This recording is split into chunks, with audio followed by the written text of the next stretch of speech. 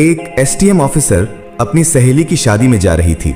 उसने आम लड़की की तरह कपड़े पहने हुए थे, ना कोई सरकारी गाड़ी, ना कोई सुरक्षा, बस एक आम लड़की की तरह मोटरसाइकिल चला रही थी। जब वो हसनाबाद शहर के पास पहुंची तो आगे एक पुलिस चेकपोस्ट दिखाई दिया। वहां 3-4 पुलिसकर्मी चेकपोस्ट के बाहर सड़क पर खड़े थे। उनके बीच में इंस्पेक्टर प्रोसेनजीत अपनी वर्दी में खड़ा था। उसने हाथ में लाठी उठाकर लड़की को रुकने का इशारा किया। लड़की ने मोटरसाइकिल सड़क से किनारे लगाई और खड़ी हो गई। इंस्पेक्टर ने सख्त आवाज में पूछा, कहां जा रही हो? लड़की ने बहुत शांत स्वर में जवाब दिया, एक सहेली की शादी है, वहीं जा रही हूं। इंस्पेक्टर प्रोसेनजीत ने उसे सिर से पांव तक देखा। वो 28 साल की एक खूबसूरत महिला थी। नाम था बरनाली सिंह। फिर वो हंसते हुए बोला, अच्छा, सहेली की शादी में खाना खाने जा रही हो? लेकिन हेलमेट क्या तुम्हारे बाप ने पहनना है? क्यों नहीं पहना? और ये बाइक भी बहुत तेज चला रही थी। चलो अब चालान कटेगा। ऐसा कहते हुए उसने चालान की पर्ची निकालनी शुरू कर दी। बरनाली समझ चुकी थी कि उसकी नीयत ठीक नहीं है और ये सब एक बहाना है। उसने कहा, सर, मैंने कोई कानून नहीं तोड़ा है। ओ मैडम, हमें कानून मत सिखाओ, प्रोसेनजीत झल्ला कर बोला। उसने पास खड़े एक कांस्टेबल की तरफ देखा, फिर बरनाली की ओर मुड़कर कहा, इसे सबक सिखाना होगा। अचानक इंस्पेक्टर ने जोर से एक थप्पड़ मारा बरनाली के गाल पर। बहुत सवाल कर रही है, जब पुलिस कुछ कहे तो चुपचाप मान लेना चाहिए।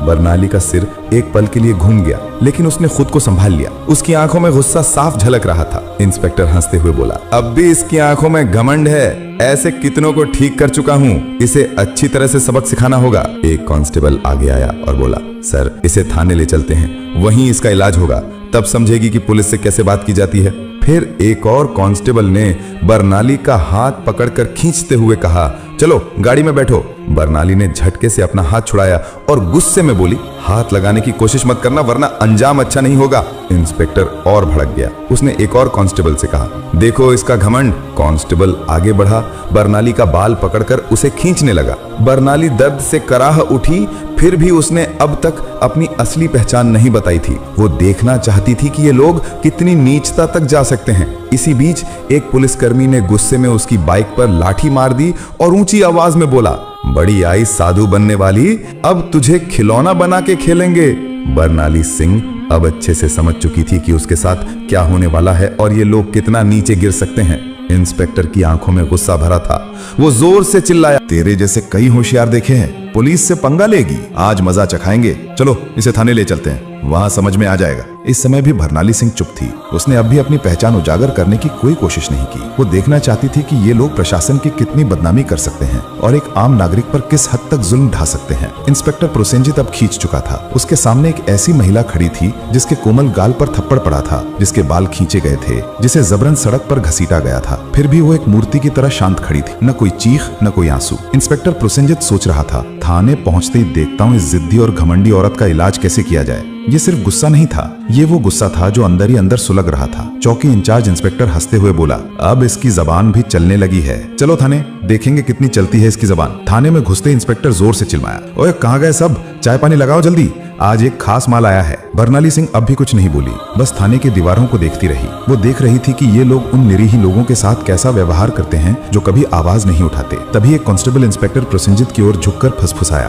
क्या केस है सर? इंस्पेक्टर ने हंसते हुए कहा, अरे कुछ भी नहीं, स्पीड ब्रेक करो या हेलमेट का बहाना मारो, जो मन हो लिख दो, बस अनबर करना है और इसका घमंड तोड़ना है, ज्यादा सवाल मत कर। बरनाली सब कुछ सुन रही थी, लेकिन उसकी आंखें अब भी चुप थीं। मनो वो चाहती थी कि पुलिस की ये गिरावट खुद उनके ही मुंह से उजागर हो। इंस्पेक्टर कुर्सी पर बैठा, हाथ में पेन लिया और टेबल पर घुमाने लगा। फिर बरनाली की ओर देखकर पूछा, नाम क्या है, कहाँ रहती है, किसकी बेटी है? बरनाली चुप रही। फिर इंस्पेक्टर बोला, सुनाई नहीं देता, नाम क्या है तेरा? लेकिन बरनाली की चुप्पी अब भी पत्थर की दीवार जैसी अड़िग। तभी इंस्पेक्टर ने जोर से मेज पर हाथ मारा, इतनी जोर से कि आवाज पूरे थाने में गूंज उठी। फिर गुस्से से चिल्लाया, सुनाई नहीं देता, नाम बता जल्दी। बरनाली ने मुंह घुमाकर शांत स्वर में उत्तर दिया, जी सुमिता शर्मा।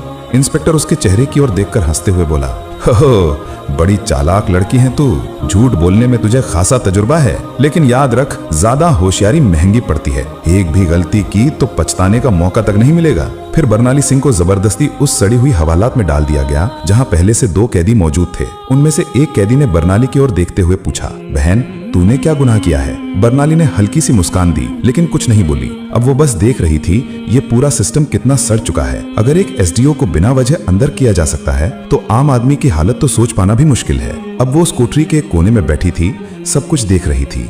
सुन रही थी और हर एक हरकत को समझ रही थी। उधर इंस्पेक्टर प्रोसेनजीत एक झूठी रिपोर्ट बना रहा था। उसने आदेश दिया, इसके ऊपर चोरी और ब्लैकमेलिंग का केस ठोक दो, और फाइल पर हाथ मारते हुए बोला, चलो जल्दी।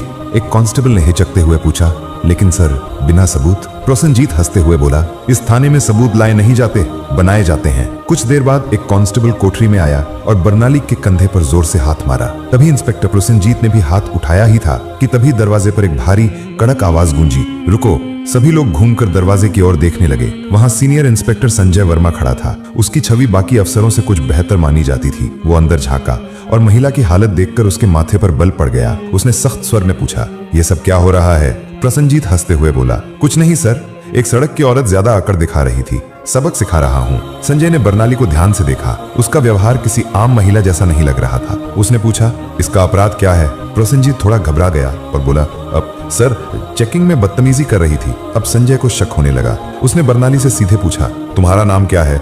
बर्नाली फिर भी चुप रही। प्रोसेनजीत हंसते हुए बोला, देखिए सर, नाम भी नहीं बता रही है। अब संजय पूरी तरह सतर्क हो गया। उसने सख्त आदेश दिया, इसे अलग कोठरी में रखो, अकेले। प्रोसेनजीत चौंक गया। लेकिन सर, संजय ने कठोरता से कहा, मैं खुद इसके पास रहूंगा। उसके आदेश पर बर्नाली को एक और अलग कोठरी में ले जाकर बंद किया गया। वो कोठरी पहले वाली से भी ज्यादा बदबूदार और अंधेरी थी। बर्नाली ने चारों ओर नजर दौड़ाई। एक कोने में एक टूटी हुई मेज पड़ी थी और पास ही एक जंग लगी लोहे की छड़। अब वो इस सड़े गले सिस्टम का असली चेहरा और भी करीब से देख रही थी। हर एक पल उसकी आंखें ये समझ रही थी, कानून अब सिर्फ फाइलों तक सीमित रह गया है। इसी बीच एक कांस्टेबल दौड़ते हुए आया और बोला, सर बाहर एक बड़ी गाड़ी खड़ी है। प्रोसेनजीत चौंक गया। पूछा, कौन सी गाड़ी? कांस्टेबल घबराते हुए बोला, सर सरकारी गाड़ी। प्रोसेनजीत तुरंत बाहर गया। गाड़ी के अंदर झांकते ही उसके होश उड़ गए।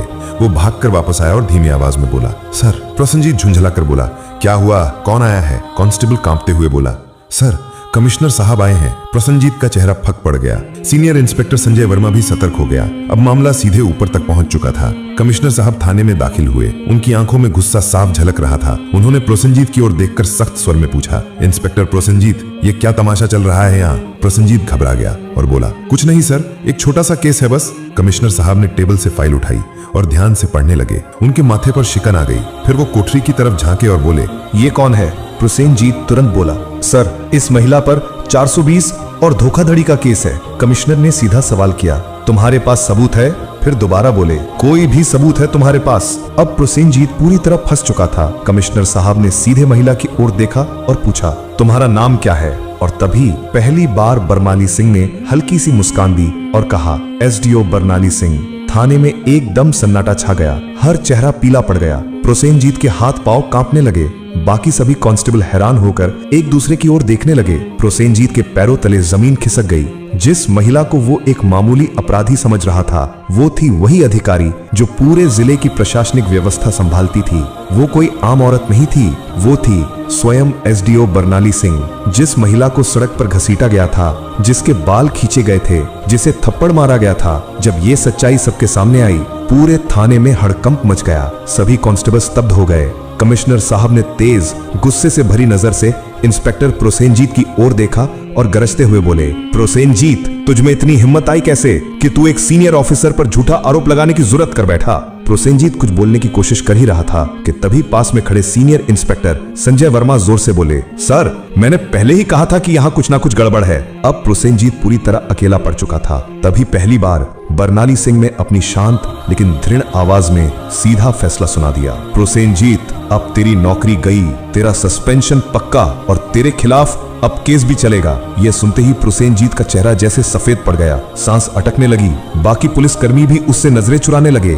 संजय वर्मा ने तुरंत आदेश दिया, हवलदार साहब, इसे पकड़ो और लॉकअप में डालो। लेकिन तभी प्रोसेनजीत ने अपनी जेब से एक मुड़ा हुआ कागज निकाला और मुस्कुराते हुए बोला, रुको मैडम, ये पहले देख लो, फिर जो करना हो कर लेना। उसने कागज आगे बढ़ाया। कमिश्नर और बर्नाली दोनों की नजरें एक साथ उसकी ओर गईं। प्रोसेनजीत बोला, ये लो मेरा ट्रांसफर ऑर्डर। 3 दिन पहले ही मेरा तबादला हो चुका है। अब चाहे तुम जितना भी गुस्सा करो, मुझे नौकरी से नहीं निकाल सकती। पूरे थाने में फिर एक बार सन्नाटा छा गया। बर्नाली ने वो कागज हाथ में लिया और ध्यान से पढ़ा। कमिश्नर ने संजय वर्मा की ओर तीखी नजर डालते हुए कहा, जाओ देखो ये कागज असली है या सिर्फ दिखावा। संजय ने कंप्यूटर रिकॉर्ड खंगाला और फिर सिर उठाकर बोला, सर ये असली है, लेकिन अब तक इसने नए इंस्पेक्टर को चार्ज नहीं सौंपा है। यानी अभी तक यहाँ का आधिकारिक इंस्पेक्टर यही है और सारे कुकर्म इसी के कार्यकाल में हुए हैं। अब इसे कोई नहीं बचा सकता। बरनाली सिंह ने प्रोसेनजीत की आंखों में आंखें डालकर कहा, अब तेरा नया ठिकाना वहीं होगा जहां तू दूसरों को डाला करता था। कमिश्नर ने भी सिर हिलाकर उसकी बात पर अपनी मुहर लगा दी। जैसे ही 2 कांस्टेबल उसे पकड़ने आगे बढ़े, प्रोसेनजीत फिर से चाल चल गया और जोर से बोला, रुको मैडम, मैं अकेला नहीं हूँ। क्या आपको लगता है कि सारा दोष सिर्फ मेरा है? फिर वो थाने के बाकी पुलिस वालों की ओर इशारा करते हुए बोला, ये सब मेरे साथ थे, ऊपर तक सब शामिल हैं। इतना कहते ही कुछ पुलिस कर्मियों के चेहरों का रंग उड़ गया। सीनियर इंस्पेक्टर संजय वर्मा हालात को भांपकर एक एक करके सभी की ओर शक की नजरों से देखने लगे। बरनाली सिंह ने शांत लेकिन दृढ़ स्वर में कमिश्नर की ओर देखते हुए कहा, अब इस पूरे थाने को साफ करना होगा, कोई नहीं बचेगा। कमिश्नर ने भी सिर हिलाते हुए कहा, जो हुक्म मैडम, अब एक एक करके सबका हिसाब लिया जाएगा। ये बात मुंह से निकलते ही थाने के भीतर बिजली सी गिर गई। थाने के बाहर कुछ पत्रकार पहले से खड़े थे। उन्हें पहले से ही शक था कि थाने के अंदर कोई बड़ा घोटाला चल रहा है। जैसे ही उन्हें खबर मिली कि पूरा थाना लाइन हाजिर किया गया है, उन्होंने तुरंत मोबाइल से ब्रेकिंग न्यूज वायरल करना शुरू कर दिया। उसी वक्त एक चमचमाती गाड़ी थाने के सामने आके रुकी,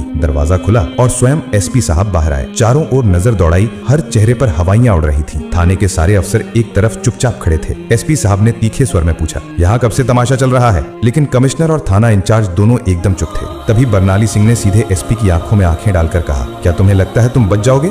संजय वर्मा तुरंत एक फाइल निकालकर बरनाली सिंह के हाथ में थमा दी। ये वही फाइल थी जिसमें एसपी साहब के सारे काले कारनामों का पर्दाफाश था। बरनाली ने वो फाइल एसपी साहब की ओर बढ़ाते हुए कहा, लो देखो, इसमें तुम्हारे हर गुनाह का किराया लिखा है। एसपी साहब के माथे से पसीना बहने लगा। कमिश्नर ने बिना एक पल गंवाए तेज आवाज में आदेश दिया, पकड़ो इसे, तुरंत गिरफ्तार करो। पूरा थाना स्तब्ध रह गया। इतने बड़े अफसर को किसी ने पहली बार खुलेआम इस तरह चुनौती दी थी। एसपी की गिरफ्तारी के साथ ही पूरे जिले में तूफान आ गया। मामला दिल्ली तक पहुंच गया। मुख्यमंत्री तक खबर पहुंच चुकी थी और वहां से सीधे आदेश आया कि जिले में जितने भी अफसर मिलकर गड़बड़ कर रहे थे सबको गिरफ्तार करो। अगले 2 ही दिनों में पूरे जिले से 40 से ज्यादा पुलिस अफसर, 10 से ज्यादा बड़े अधिकारी और कुछ राजनीतिक नेता भी गिरफ्तार कर लिए गए। हसनाबाद जिले की हवा ही बदल गई। अब चारों तरफ सिर्फ एक ही नाम था, एसडीओ बरनाली सिंह। उनकी ईमानदारी और साहस की चर्चा हर जुबान पे थी। वो महिला जिसने पूरे सड़े गले सिस्टम को हिलाकर रख दिया था। अब प्रशासन में एक नई गति, एक नई सोच और सबसे अहम एक नया डर आ गया था। अब कोई भी ये नहीं कह सकता था मुझे कुछ नहीं होगा। बरनाली सिंह का काम पूरा हो चुका था। उन्होंने साबित कर दिया था, अगर मन साफ हो, नीयत सच्ची हो तो पूरा देश भी सुधारा जा सकता है। अगर आपने वीडियो को यहाँ तक देखा है तो प्लीज एक लाइक जरूर करें और चैनल को सब्सक्राइब करके हमारा साथ दें।